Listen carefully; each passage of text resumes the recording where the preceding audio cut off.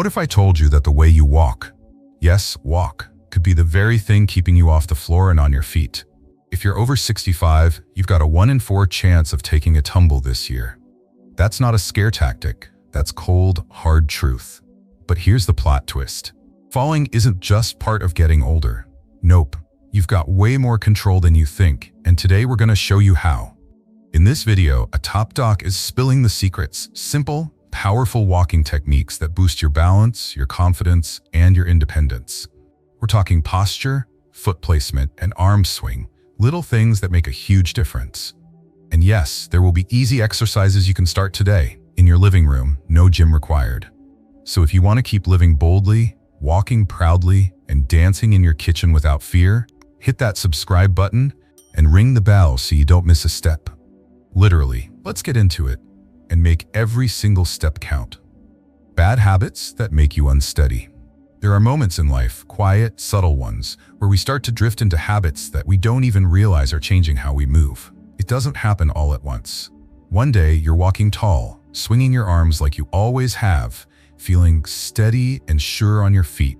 Then slowly, without even noticing, your steps get smaller. You start to shuffle a bit. Maybe you lean forward more than you used to. You stop swinging your arms. It's not because you're lazy or doing something wrong. Life just sort of sneaks in. A little ache here, a little stiffness there, and before you know it, you're walking like you're trying not to wake a sleeping baby. Careful, tense, hesitant. I've seen it happen with so many friends, and yes, it happened to me too. It's like we lose a little connection with our bodies, like we're not fully tuned in anymore. We forget how natural walking used to feel. We're focused on not falling, but in doing so, we sometimes develop the very habits that make falling more likely. The truth is, our bodies were designed to move with flow and rhythm. Walking is supposed to feel good.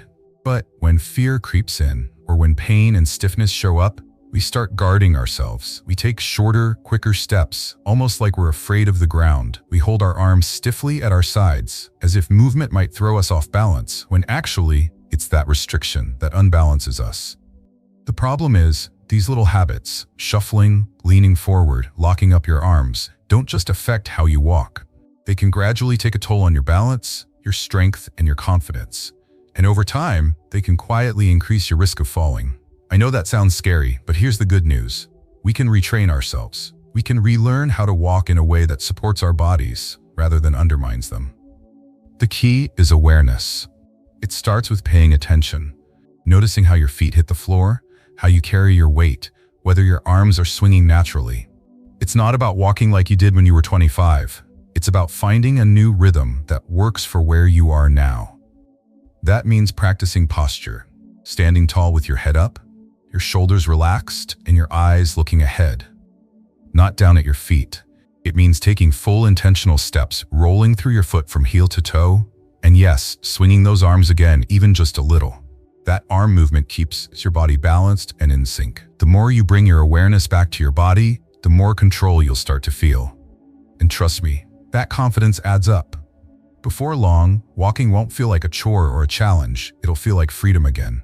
You don't need to accept instability as part of aging. You just need the right tools, a bit of practice, and the belief that you can walk strong again. And you can. Technique 1. Posture, your inner tree. Let's begin with something most people take for granted, our posture. It might not seem like much, but it's truly the root of how we move through the world. As we get older, a lot changes in our lives. Our routines shift, our bodies slow down, and sometimes it feels like the world starts moving just a little too fast without us. There's this quiet fear that creeps in, the fear of becoming invisible, of being forgotten. And on top of that, we carry a deep, personal worry. What if I fall?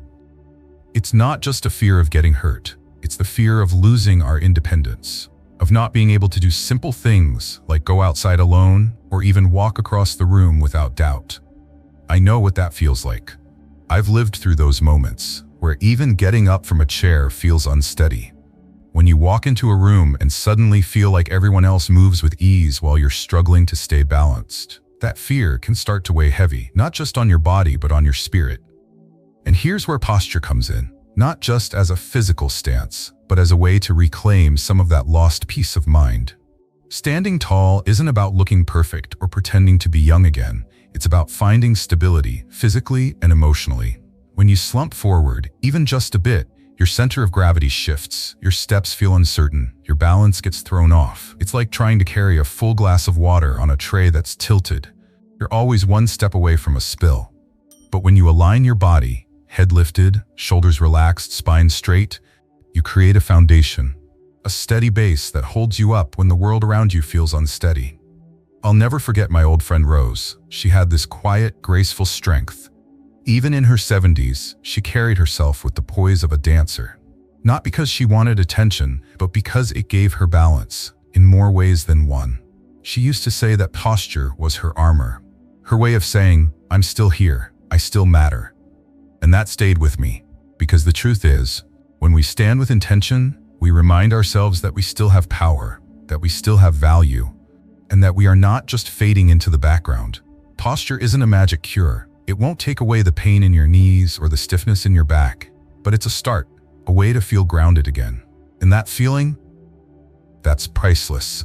In a world that sometimes feels like it's leaving us behind, standing tall is our way of saying, we're still standing, we're still living, and we're not going anywhere. Now let's talk about something that seems so small, so automatic, that we often don't even think about it. Arm movement. It may not sound important at first, but trust me, it plays a much bigger role in your balance and safety than most people realize. You see, as we age, we slowly begin to move less freely. Some of us stop swinging our arms when we walk, maybe without even noticing. Others hold them stiffly at their sides, almost like we're bracing ourselves for something. Life, maybe. But here's the problem. When we stop letting our arms move naturally, we quietly take away one of the body's best tools for keeping us steady. It doesn't seem like much, just a simple swing, but your arms are part of your body's built-in balance system. For every step you take, your opposite arm should move with it. Right leg, left arm. Left leg, right arm. It's nature's design, and it's there for a reason. That motion keeps your weight balanced, helps you walk in rhythm, and most importantly, it helps prevent falls. When your arms don't move, your whole walking pattern becomes rigid and off-kilter. Your center of gravity shifts the wrong way, and you're more likely to feel wobbly, unsure. And that uncertainty, it creeps into your confidence, your independence. I remember a man named Mr. Thompson. We crossed paths in a community center years ago. He was sharp, polite, the kind of man who liked his routines, but I noticed he walked with his arms glued to his sides, like he was marching off to war. When I asked him about it, he said he didn't want to look silly, like he was rushing somewhere. What he didn't realize was that by keeping his arms so stiff, he was actually putting himself at more risk. His balance was off, his steps were short and forced, and you could see the worry in his eyes every time he stood up to walk. That fear of falling, of losing control, it's something many of us carry, often silently. But something amazing happened when he started practicing gentle arm swings again. Nothing extreme, just letting them move naturally with his steps. Within a few weeks, he told me his walks felt smoother. He wasn't as tense. He even said he started enjoying his daily walks again, instead of dreading them. And that, to me, says everything. Because it's not just about moving your arms. It's about reclaiming your ease, your rhythm, your peace. Aging comes with enough worries, loneliness, being overlooked, the fear that your body is slipping away from you. But sometimes, the answer starts with something simple. Let your arms move. Let your body do what it was built to do. You don't have to push yourself or try to walk like you did when you were 30. You just need to return to the basics, to trust your body again, one gentle swing at a time. That's how you keep going. That's how you stay steady. Let's end by talking about something that seems so basic, so automatic. Most people don't give it a second thought, the way we move our feet and legs when we walk. But as simple as it sounds, this is one of the most important parts of staying steady on your feet, especially as you get older. The truth is, walking changes as we age. Our steps get smaller, sometimes slower, and without realizing it, we start to lose the natural rhythm that once kept us grounded. We think we're playing it safe by taking tiny steps, but sometimes that carefulness can actually lead us right into danger. When you break walking down, it's really two phases. The stance phase, when your foot is planted firmly on the ground, and the swing phase, when your leg moves forward to take the next step. One foot should always be in contact with the floor, providing that sense of stability and anchoring your whole body. But what I see so often, especially in older adults, is this habit of toe striking or shuffling. People strike the ground with their toes first, or barely lift their feet at all. And that might feel like caution, but it's risky. When your toes hit the ground first, you don't get the support or balance you need. It's like walking on a slippery surface where every step feels uncertain, like your body's holding its breath. That kind of movement increases the chance of tripping, especially when your foot barely clears the ground. The body loses its natural flow, and the mind starts to follow. You begin to doubt yourself. You feel unstable, even when you're trying your hardest to be careful. And that kind of fear doesn't just stay in your steps, it seeps into your spirit. It can make you feel like you're not safe in your own body anymore. Like your independence is slowly slipping away, one shuffle at a time. I think often about Mrs. Johnson, a woman I worked with years ago. She was kind, proud, and always trying to stay on her feet without asking for help. She had this habit of taking very small, dragging steps, what she called her safe steps. But those steps weren't safe at all. She was more off balance than she realized, always feeling one wrong move away from a fall. She thought she was doing the right thing by being cautious, but she was actually making it harder for her body to keep her upright. We worked together on one simple change, heel-first walking, lifting the foot just enough, making sure each step rolled from the heel through to the toe. And slowly she began to notice something remarkable. Her balance improved. She felt more stable, more in control. But more than that, she felt free, like she could trust her own legs again. That kind of change doesn't just affect your walk, it changes how you feel about yourself, about aging, about life. If you're feeling like no one really sees the fears you carry, the quiet worries of falling or being left behind, know that you're not alone. These small adjustments can give you back some peace of mind. Walking isn't just about getting from one place to another, it's about staying rooted in your strength and moving forward with confidence, one step at a time. Technique 4. Weight shifting. Finding your center. Did you know that one of the most common reasons seniors fall isn't because of poor footing or slippery floors, but because of improper weight shifting during walking? It sounds surprising, but balance has just as much to do with how we shift our weight as it does with where we place our feet. As we age, we often lose touch with that natural rhythm, and without realizing it, we start walking in a way that actually makes us less stable. The key to safe walking lies in understanding this simple truth. Every time your foot lands, your body should shift its weight fully onto that leg. That shift is what keeps your center of gravity aligned and your body grounded. But many older adults, often out of habit, fear of falling, or just trying to feel safer, avoid that full weight transfer. Instead, they adopt a wider stance, thinking a broader base will give them more control. In theory, it makes sense. But in reality, that wide stance walking works against your body's natural design. When your feet are too far apart, you lose the ability to transfer your weight smoothly from one leg to the other. It's like trying to walk with a stiff, unnatural gait. The body doesn't engage properly, especially the muscles in your core and hips that help stabilize every step. And without those muscles doing their job, you're more likely to feel wobbly, slow, and off balance. Exactly what you were trying to avoid in the first place. Even more concerning, this walking style limits your reaction time. Think about it. When your legs are spread too wide, your weight is more spread out too.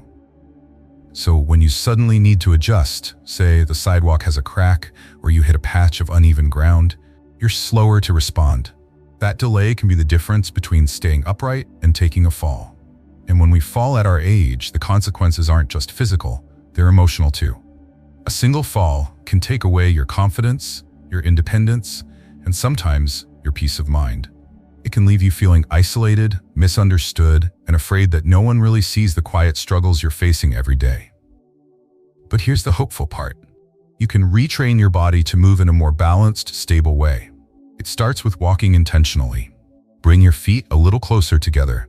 Shift your weight completely onto each leg with every step, as if you're walking a narrow path, one foot in front of the other, like you're finding your center again. This activates your core, improves your control, and helps your body regain the rhythm it once had.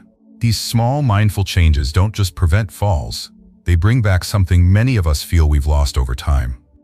Trust in our bodies. And with that trust comes a deeper kind of strength, one that lets you walk through the world not with fear, but with quiet, steady confidence.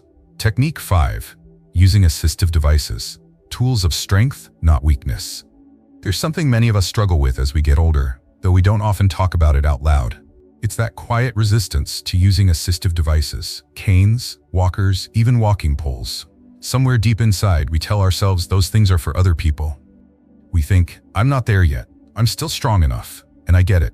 I've been there too. It's hard to admit that your body isn't quite the same, especially when the world around you seems to treat aging like a slow fade out instead of the continued journey it truly is. But here's what I want you to hear. There is absolutely no shame in needing support. None. Using a cane or a walker isn't a sign that you've given up. It's a sign that you care enough about yourself to keep moving, to keep living life with purpose and confidence. These aren't crutches or reminders of what you've lost. They're tools. Tools that help you hold on to your freedom, your independence, and your peace of mind. I know how hard it is to accept change, especially when it comes to our bodies. There's a deep-rooted fear that once we accept help, we'll somehow lose part of ourselves, that we'll be seen as weak, or worse, forgotten. Like we've slipped into the background of the world. But the truth is, refusing support out of pride can lead to something much harder to come back from. A fall. And when a fall happens, it's not just your body that takes a hit. It shakes your confidence, your sense of security, and your ability to move through life without fear. Think about it this way. If you were going on a long, beautiful hike, say up in the mountains, with a breathtaking view, you wouldn't hesitate to grab a walking stick, would you? Not because you're weak, but because it's smart, because it lets you focus on the experience instead of worrying about every step. That's exactly what an assistive device does. It gives you back your focus, your freedom. It helps you walk with a little more ease, a little more grace, and a whole lot more confidence. Let me tell you this, plain and simple. The real danger isn't using a walker or cane, it's doing nothing. The biggest threat to your balance and strength isn't age, it's inactivity. It's sitting too long, it's letting fear keep you still. Movement, no matter how slow or supported, is what keeps us alive and connected. Every step you take, even with a cane in hand, is a step toward independence, not away from it. So if you're still with me, and you've been wondering if maybe it's time to try that walker or pick up that cane, please know this, you're not giving in. You're stepping up. You're making the choice to keep going. That's not weakness. That's wisdom. That's strength. And it deserves to be celebrated. Optimizing your environment for safe walking. Your environment plays a critical role in your safety, especially as you age. It might seem like just a backdrop to daily life, but the truth is, your surroundings can either protect you or quietly set you up for a fall. The setup of your home, the condition of your walking paths, even the lighting in your hallway. These things matter more than ever as balance, vision, and reflexes change with age. What many don't realize is how small environmental hazards can lead to serious consequences. A rug that slips underfoot, a cluttered hallway, poor lighting in the bathroom at night.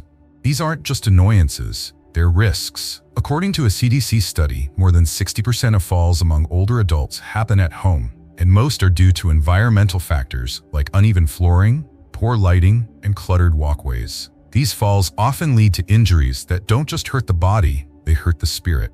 They can take away confidence, independence, and the joy of moving freely in your own space. The problem is that many seniors resist making changes. Sometimes it's because we're used to things being a certain way. Sometimes it's pride. We don't want to admit that our needs are different now. But ignoring these adjustments doesn't make us strong. It makes us vulnerable. And the cost of ignoring them can be devastating. The good news is, there are simple changes you can make that have a big impact. Secure rugs with non-slip backing. Keep walkways clear of cords, shoes, or anything else that could trip you up. Improve lighting, especially in stairways, bathrooms, and hallways. Install grab bars in key areas like the shower. Outside, stick to smooth, well-lit paths and avoid areas with uneven surfaces. These aren't signs of frailty. They're signs of wisdom. They say, I want to keep living well and safely. Your home should be a sanctuary, not a source of hidden danger. It should support you in every way, especially now. Taking the time to look around and make your environment safer isn't a sign you're losing independence. It's a decision to keep it. It's a way of saying, I still have places to go and things to enjoy, and I'm going to protect that. So take this seriously. Walk through your space with fresh eyes, ask for help if you need it, and make those small but powerful adjustments. Because you deserve to walk through your life with confidence, not fear. And you have the power to make that happen, one thoughtful change at a time. The power of proper footwear. And yes, don't overlook the shoes on your feet. They might seem like a small detail, but the wrong pair can throw off your entire balance. Think of it like getting ready for a long hike. You wouldn't head out on a rocky trail in slippers, would you? You'd look for shoes that fit well, have good grip, and give you support where you need it. It's the same idea whether you're walking to the mailbox, around the kitchen, or out in the garden. The right footwear can mean the difference between steady steps and a dangerous misstep. Supportive shoes with non-slip soles, cushioned insoles, and a secure fit help protect you from the everyday hazards that come with aging. Aches in the joints, weakened muscles, and reduced sensation in the feet. When your shoes don't support you, your whole body has to work harder to compensate, and that extra effort can throw off your gait and make you more likely to trip or lose your balance. Studies have shown that poorly fitted footwear is one of the leading environmental factors contributing to falls among older adults. And yet, too many people still walk around in worn-out shoes or slippers without proper grip. But let's be honest, fall prevention isn't just about physical fixes like shoes and grab bars. It's about looking at the whole picture. Think of your well-being like a symphony. Every part of your health, physical, mental, emotional, needs to be in harmony. You can't have one instrument out of tune and expect the music to sound right. That's why taking a holistic approach is so important. Your body needs the right fuel to stay strong. That means a balanced diet with enough calcium and vitamin D to protect your bones. These nutrients are essential, especially as bone density decreases with age. If you're not getting enough through food, talk to your doctor about supplements. And don't underestimate the power of rest. Your body does a lot of repair work while you sleep. Skimping on it only makes you more vulnerable to fatigue and instability during the day. Emotional and mental health matter just as much. Anxiety, depression, loneliness, these feelings don't just affect your mood. They affect how you carry yourself, how alert you are, and how steady you feel. High stress can throw your whole system off balance, but small daily practices like mindfulness, light breathing exercises, or even just a few quiet minutes to yourself can help reset your mind and center your body. It's all connected. When your head is calm, your feet are steadier. You deserve a life that feels full, not fragile. A life where every step is something you look forward to, not something you fear. Taking care of yourself in these small, intentional ways is how you protect your independence and your joy. So lace up the right shoes, eat the right foods, care for your heart and your mind. These aren't just routines, they're your power tools. They're how you keep walking through this life with strength, stability, and grace. The journey might look a little different these days, maybe a bit slower, maybe a bit wobblier, but that doesn't make it any less powerful or any less yours.